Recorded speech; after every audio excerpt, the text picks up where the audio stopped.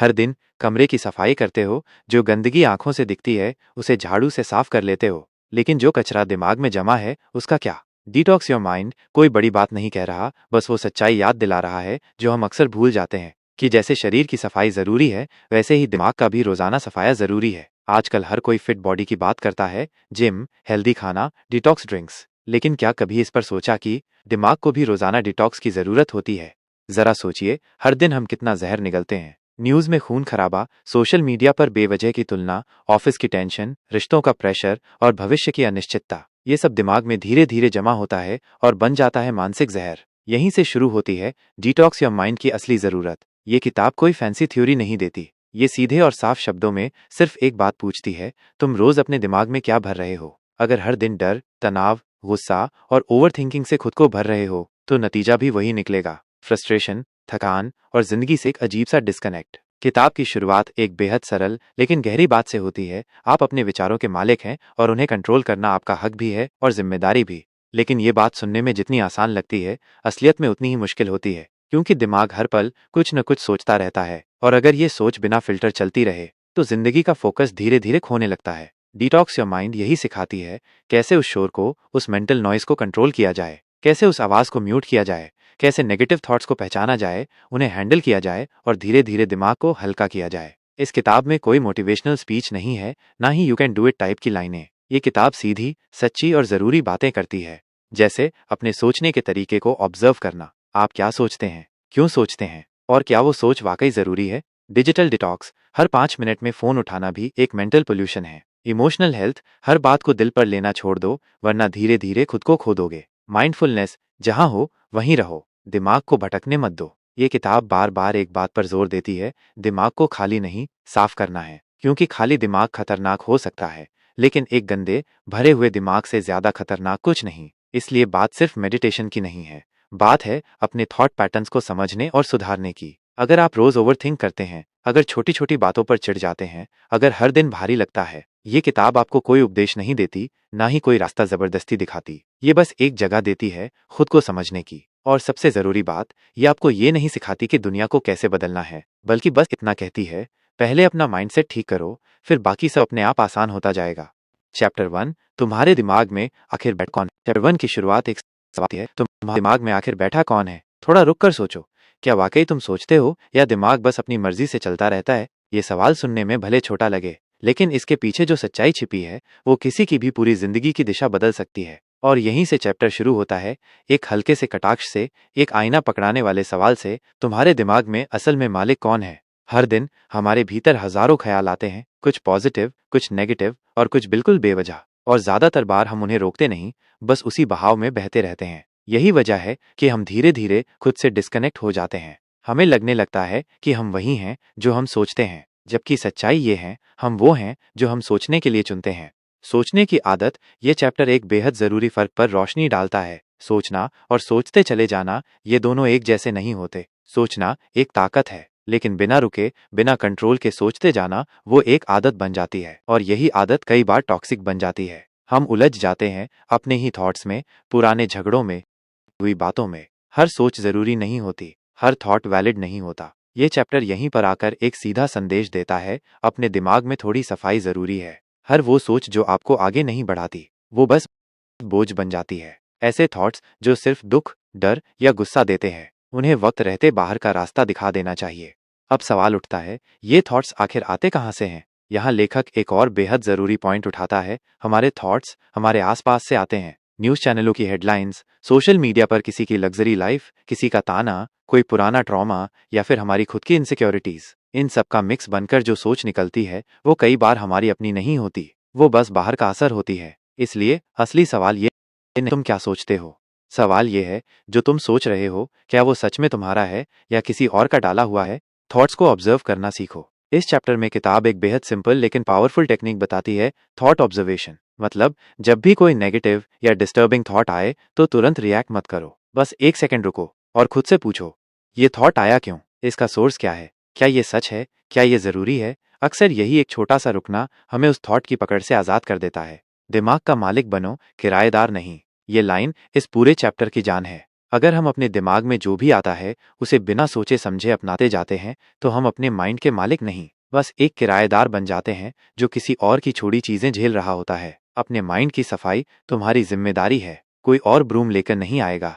Thoughts V S reality. कई बार हमारा दिमाग किसी सिचुएशन को हकीकत से कहीं ज्यादा बढ़ा चढ़ाकर सोचता है। मेरे बॉस ने जवाब क्यों नहीं दिया? क्या मैं फेल हो गया? वो मुझे देखकर मुस्कुराया नहीं, शायद नाराज है। मैंने ये गलती की, सब मेरा मजाक उड़ा रहे होंगे। इन सब सोचों में एक बात कॉमन होती है, ओवर थिंकिंग। और यही इस चैप्टर का सबसे जोरदार अलार्म है। जो तुम सोच रहे हो वो जरूरी नहीं कि वो सच भी हो। हमें अपने थॉट्स को एब्सोल्यूट ट्रूथ मानना बंद करना होगा, वरना हम हर छोटी बात को पर्सनल लेते जाएंगे और हमारा दिमाग धीरे धीरे भारी होता जाएगा। हर थॉट जरूरी नहीं होता, कुछ सोचों को इग्नोर करना भी आना चाहिए। अपनी सोच को फिल्टर करो, ऑटोमेटिक थिंकिंग से बचो। थॉट्स पर रिएक्ट करने से पहले उन्हें बस ऑब्जर्व करना सीखो। अपने दिमाग के मालिक बनो, हर थॉट को अंदर जगह मत दो। सोचो कि तुम क्या सोच रहे हो, तभी सोच पर कंट्रोल आ सकता है। चैप्टर 2, दिमाग की सफाई भी जरूरी है। और यहीं से शुरू होता है चैप्टर 2, दिमाग की सफाई भी जरूरी है। हर सुबह जब हम उठते हैं तो सबसे पहले क्या करते हैं? मुंह धोते हैं, नहाते हैं, कपड़े बदलते हैं, यानी बाहरी सफाई। लेकिन अंदर जो गंदगी जमा हो रही है उसके लिए हम क्या कर रहे हैं? ये चैप्टर एक सीधी लेकिन झकझोर देने वाली बात करता है। जैसे शरीर की सफाई जरूरी है, वैसे ही दिमाग की सफाई भी हर रोज जरूरी है।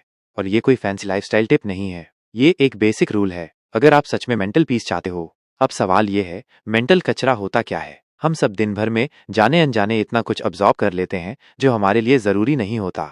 जरा ध्यान दो, क्या ये चीजें तुम्हें पहचान में आती हैं? सुबह सुबह न्यूज में कोई दुखद खबर, रास्ते में किसी का बदतमीज व्यवहार, सोशल मीडिया पर किसी की परफेक्ट लाइफ देखकर कंपैरिजन, किसी दोस्त की बात का दिल पर लग जाना, कोई पुरानी गलती याद आ जाना, दिन भर की छोटी छोटी फ्रस्ट्रेशन जमा होना। ये सब बाहर से आया हुआ कचरा है और हम इसे हर दिन अपने दिमाग में भरते जाते हैं। धीरे धीरे यही कचरा हमारा मूड बिगाड़ता है, सोच को गंदा करता है और जिंदगी में थकावट भर देता है। तुम्हारा दिमाग एक स्टोरेज है, डस्टबिन नहीं। इस चैप्टर की एक लाइन सीधे दिल को लगती है, तुम्हारा माइंड कोई डस्टबिन नहीं है कि जो मिला फेंक दिया उसमें। सोचो, अगर हम हर किसी की कही बात, हर नेगेटिव चीज, हर छोटी मोटी चुभन को अपने अंदर भरते रहेंगे तो क्या बचेगा हमारे पास? दिमाग हल्का तभी होता है जब उसमें सिर्फ काम की चीजें हों। बाकी जो है उसे हर रोज निकालना पड़ता है। लेकिन सिर्फ विचार ही नहीं, भावनाएं भी बोझ बन जाती हैं। गुस्सा, जलन, डर, पछतावा, ये सब जब अंदर दबते रहते हैं तो धीरे धीरे दिमाग को थका देते हैं। अगर आज ऑफिस में बॉस ने डांट दिया या किसी ने ताना मार दिया और तुमने वो बात दिल में रख ली तो रात को सोते वक्त भी वो बात वहीं घूमेगी। किताब साफ कहती है, हर भावना को अपने अंदर ज्यादा देर मत रखो वरना वो सड़ने लगती है। कंपैरिजन एक साइलेंट किलर। अब बात एक और मेंटल जहर की, कंपैरिजन, जो एक साइलेंट किलर है। जब हम सोशल मीडिया पर दूसरों की जिंदगी देखते हैं, उनकी छुट्टियां, रिश्ते, गाड़ियां, बॉडी, सक्सेस, तो बिना जाने हम अपने आप से तुलना करने लगते हैं। वो इतना कर रहा है, मैं पीछे क्यों हूँ? उसकी लाइफ सेट है, मेरी क्यों नहीं? कंपैरिजन का जहर धीरे धीरे अंदर घुलता है और सबसे पहले तुम्हारी खुशी को मारता है। अब सवाल ये है, इस दिमागी गंदगी से छुटकारा कैसे पाया जाए? किताब एक बेहद सिंपल लेकिन पावरफुल तरीका बताती है। हर रात सिर्फ 5 मिनट बैठो, बिना फोन, बिना म्यूजिक, बिना किसी डिस्ट्रैक्शन के, और खुद से पूछो, आज मैंने क्या देखा, सुना या महसूस किया जो मुझे अब भी परेशान कर रहा है? क्या वो वाकई जरूरी था? क्या मैं उसे छोड़ सकता हूँ? बस ये 3 सवाल कभी कभी तुम्हारे माइंड को एक छोटा सा रीसेट दे सकते हैं। और अगर तुमने इसे आदत बना लिया तो कुछ ही हफ्तों में फर्क नजर आने लगेगा। साफ दिमाग, साफ सोच। ये चैप्टर बार बार यही दोहराता है। जब अंदर शांति होती है तो तुम चीजों को क्लियरली देख पाते हो। तुम रिएक्ट नहीं करते बल्कि सोच समझकर रिस्पॉन्ड करते हो। तुम छोटी बातों को दिल पर नहीं लेते। यानी दिमाग को साफ रखने का मतलब है लाइफ को आसान बनाना। हर दिन रात को सिर्फ 5 मिनट अकेले बैठो और खुद से पूछो, आज मैंने क्या बेवजह अपने दिमाग में भर लिया? और जो चीजें तुम्हारे काम की नहीं है उन्हें दिमाग से बाहर निकाल दो। जैसे घर में बदबू मारता कचरा तुम नहीं रखना चाहते, वैसे ही पुराने फालतू विचारों को भी अपने माइंड से बाहर फेंक दो। Chapter 3, social media, mental toxin की फैक्ट्री। इस चैप्टर में किताब एक ऐसा सच बताती है जिसे हम सब जानते हैं लेकिन फिर भी अनदेखा करते हैं, और यही खालीपन फिर दोबारा तुम्हें स्क्रीन की ओर खींच लेता है। यही साइकिल बार बार दोहराई जाती है। स्क्रॉल करो, थोड़ा अच्छा महसूस करो, फिर और ज्यादा स्क्रॉल करो। किताब कहती है कि ये सब असल में तुम्हारे दिमाग की रिवॉर्ड सिस्टम के साथ खेल रहा है। जितना ज्यादा तुम इसमें डूबते जाते हो उतना ही मुश्किल हो जाता है इससे बाहर निकलना। तुम्हारा फोकस, तुम्हारी शांति, तुम्हारा सेल्फ वैल्यू सब धीरे धीरे छीना जाता है। और सबसे डरावनी बात यह है कि ये सब इतने स्मूथ और नॉर्मल लगने वाले तरीके से होता है कि तुम खुद नहीं पकड़ पाते कि कब ये डिजिटल दुनिया तुम्हारे अंदर जगह बना चुकी है। इसलिए डिटॉक्स योर माइंड बार बार एक ही बात कहती है, सोशल मीडिया से ब्रेक लो, थोड़ी देर खुद से जुड़ो। हर बार जब तुम फालतू में फोन उठाते हो, किताब एक सवाल पूछती है, तुम वाकई कुछ देखना चाहते हो या सिर्फ खालीपन से भागना चाहते हो? अंदर एक खालीपन छोड़ जाता है। कनेक्शन की जगह कंपैरिजन और अपडेट्स की जगह अनसेटलमेंट दे देता है। किताब यही समझाती है, रियल लाइफ वो है जो स्क्रीन के बाहर है। अगर तुम हर दिन दूसरों की स्टोरी में जी रहे हो तो अपनी लाइफ की स्क्रिप्ट कौन लिख रहा है? इस चैप्टर का मैसेज एकदम साफ है, डिजिटल डिटॉक्स का मतलब खुद से फिर से मिलना है, फिर से उस शांति को महसूस करना जो तब मिलती थी जब हम हर 5 मिनट में नोटिफिकेशन नहीं चेक करते थे। और सबसे जरूरी बात, अपने दिमाग के लिए थोड़ी जगह बनाओ ताकि उसमें तुम्हारे असली ख्याल सांस ले सकें, न कि किसी और की फीड से उठे हुए इमेजेस। वहीं से शुरू होती है शांति की असली शुरुआत, माइंडफुलनेस। अभी में जीना सीखो। जब हम सिर्फ करने में लगे रहते हैं तब हम खुद से कट जाते हैं, लेकिन जब हम होने की इजाजत देते हैं बिना कुछ बदले, बिना कुछ तय किए, तब हम अपने भीतर उतरने लगते हैं। किताब इस चैप्टर में समझाती है कि माइंडफुलनेस कोई योगा पोज नहीं है। ये वो पल है जब तुम खुद को नोटिस करते हो, जब तुम खाने का स्वाद सच में महसूस करते हो, जब पैरों की हर एक चाल का एहसास होता है, जब सांस को आते जाते देखना शुरू करते हो, तब तुम सच में जिंदा हो। अभी में जीना कोई बड़ी बात नहीं, बस एक आदत है। और अगर ये आदत बन गई तो तुम हर जगह हर हाल में अपने आप से जुड़े रहोगे। तुम्हारे शरीर और मन के बीच का फासला खत्म हो जाएगा और वहीं से जन्म लेती है सच्ची शांति।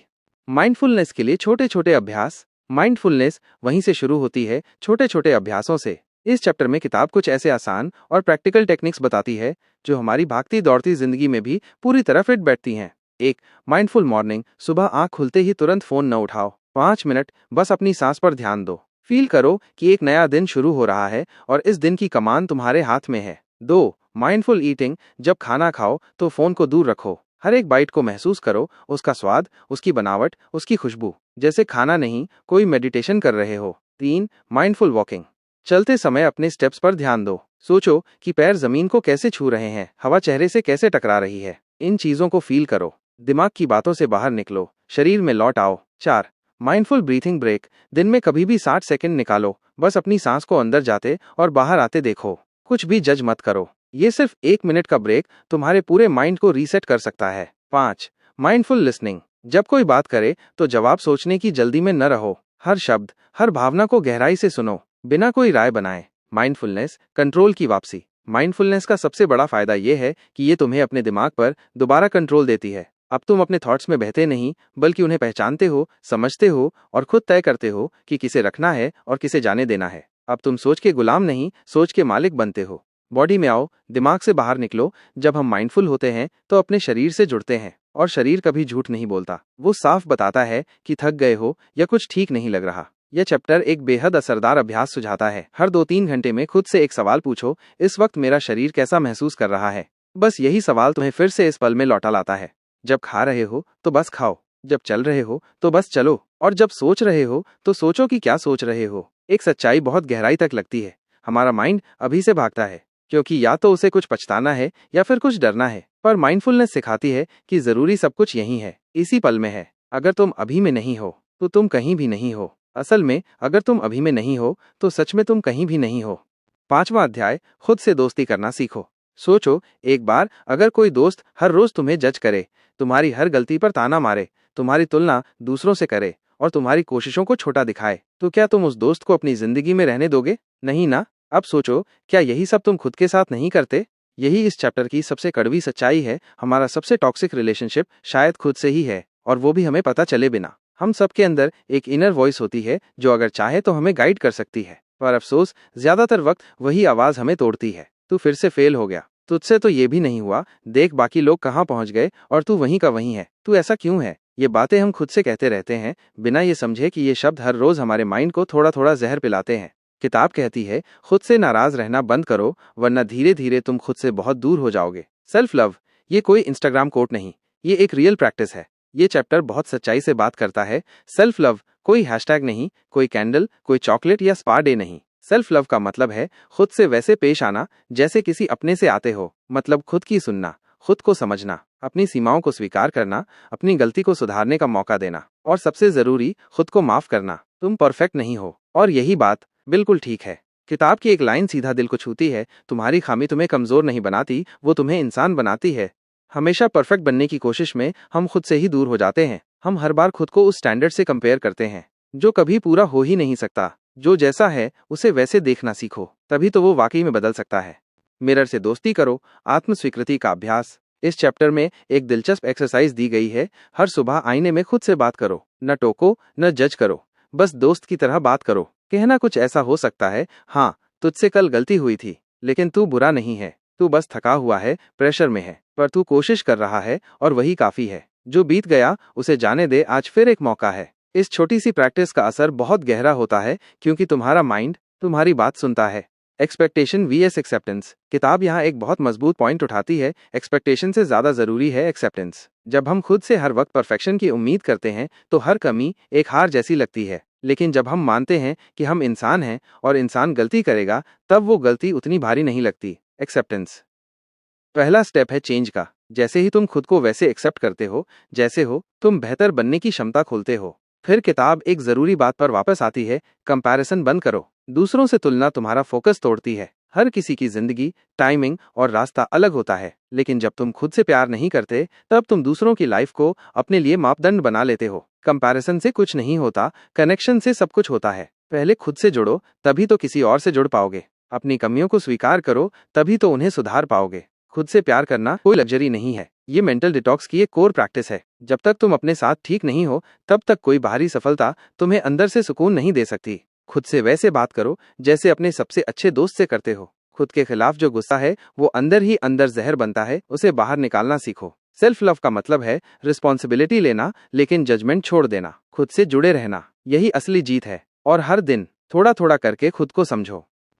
छठा अध्याय, बातों का बोझ उतारो। हर चीज को दिल पर लेना बंद करो। लेखक एक जरूरी बात सीधी सपाट कहता है, हर बात को दिल से लगाना छोड़ दो, वरना तुम खुद को खो दोगे। हमारा माइंड हर चीज को पर्सनली ले लेता है। कोई कुछ कह दे तो उसका असर दिन भर बना रहता है। कोई मैसेज ना करे तो हम सोचने लगते हैं, क्या मुझसे कुछ गलती हो गई। ऑफिस में बॉस थोड़ा सा रूखा हो गया तो दिमाग तुरंत कहता है, शायद मेरी ही गलती है। लेकिन ये चैप्टर हमें ये सिखाता है कि हर बात हमारे बारे में नहीं होती, और हर बात पर रिएक्ट करना जरूरी नहीं है। हर प्रतिक्रिया जरूरी नहीं होती। हमारे माइंड में एक ऑटोमेटिक प्रोग्रामिंग है, कुछ हुआ मतलब मुझे कुछ सोचना या फील करना है।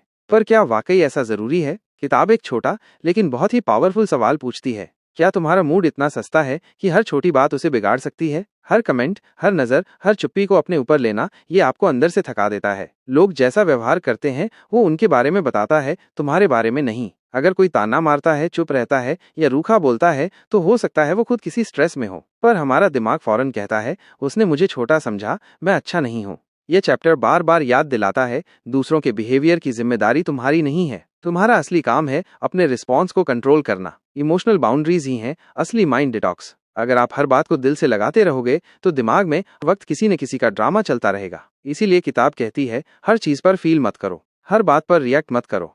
कभी कभी छोड़ देना ही शांति है। इमोशनल बाउंड्रीज बनाओ, मतलब हर मैसेज का जवाब तुरंत देना जरूरी नहीं, हर बात का जवाब देना भी जरूरी नहीं, और सबसे जरूरी, हर बात को समझना और महसूस करना भी जरूरी नहीं होता। बाउंड्री सेल्फिश नहीं होती, वो सेल्फ केयर होती हैं। साइलेंस माइंड का दोस्त है। जब कुछ कहने या सोचने का मन करे तब रुक जाना, ये भी एक पावर है। हर बार जवाब देना, हर बात पर सफाई देना, हर चीज को डिफेंड करना, ये भी थकाता है। इस चैप्टर की एक लाइन आपको रुककर सोचने पर मजबूर करती है। अगर हर बात पर कुछ ना कहो तो दिमाग खुद ही धीरे धीरे बोलना कम कर देता है। यानी साइलेंस माइंड को डिसिप्लिन करना सिखाता है।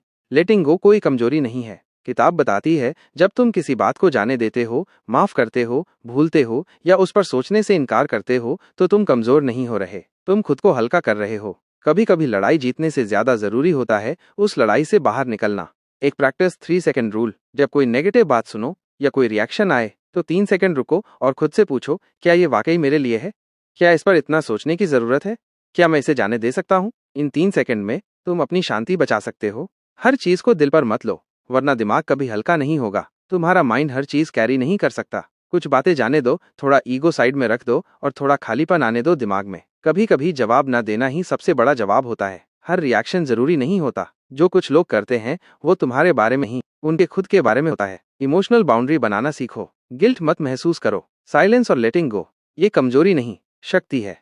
चैप्टर 7, ओवरथिंकिंग, माइंड का जाल। सोचना अच्छी बात है, लेकिन बहुत ज्यादा सोचना, एक ही सोच को बार बार दोहराना, यही ओवरथिंकिंग है। और यही वो चीज है जो धीरे धीरे दिमाग को थका देती है, आत्मविश्वास को तोड़ देती है और इंसान को खुद से डराने लगती है। इस चैप्टर में लेखक बिल्कुल साफ कहता है, ओवरथिंकिंग तुम्हें डिसीजन लेने से नहीं रोकती, बल्कि वो तुम्हें खुद से ही दूर कर देती है। हम सोचते रहते हैं लेकिन कुछ नहीं करते। जब भी कोई मुश्किल आती है, हमारा दिमाग एक्टिव हो जाता है। क्या होगा अगर ये हो गया, कहीं ऐसा ना हो जाए, क्या मैंने सही किया, लोग क्या सोचेंगे। फिर हम एक सोच से दूसरी सोच में उलझते रहते हैं, लेकिन एक भी कदम आगे नहीं बढ़ाते। ओवरथिंकिंग का सबसे बड़ा नुकसान यही है, ये तुम्हें थका देती है पर कहीं पहुंचने नहीं देती। Why do we overthink? इस चैप्टर में ओवरथिंकिंग की जड़ें भी खोली जाती हैं। डर, गलती हो गई, परफेक्शन की उम्मीद, सब कुछ एकदम सही होना चाहिए। रिजेक्शन का डर, लोग क्या कहेंगे, कंट्रोल की आदत, मुझे सब कुछ पहले से जानना है। इन सब के पीछे एक ही कॉमन चीज है, अनिश्चितता से डर। और जब हम उस अनसर्टेन फ्यूचर को कंट्रोल नहीं कर पाते, तो माइंड सोचने में लग जाता है, सोचता रहता है, करता कुछ नहीं।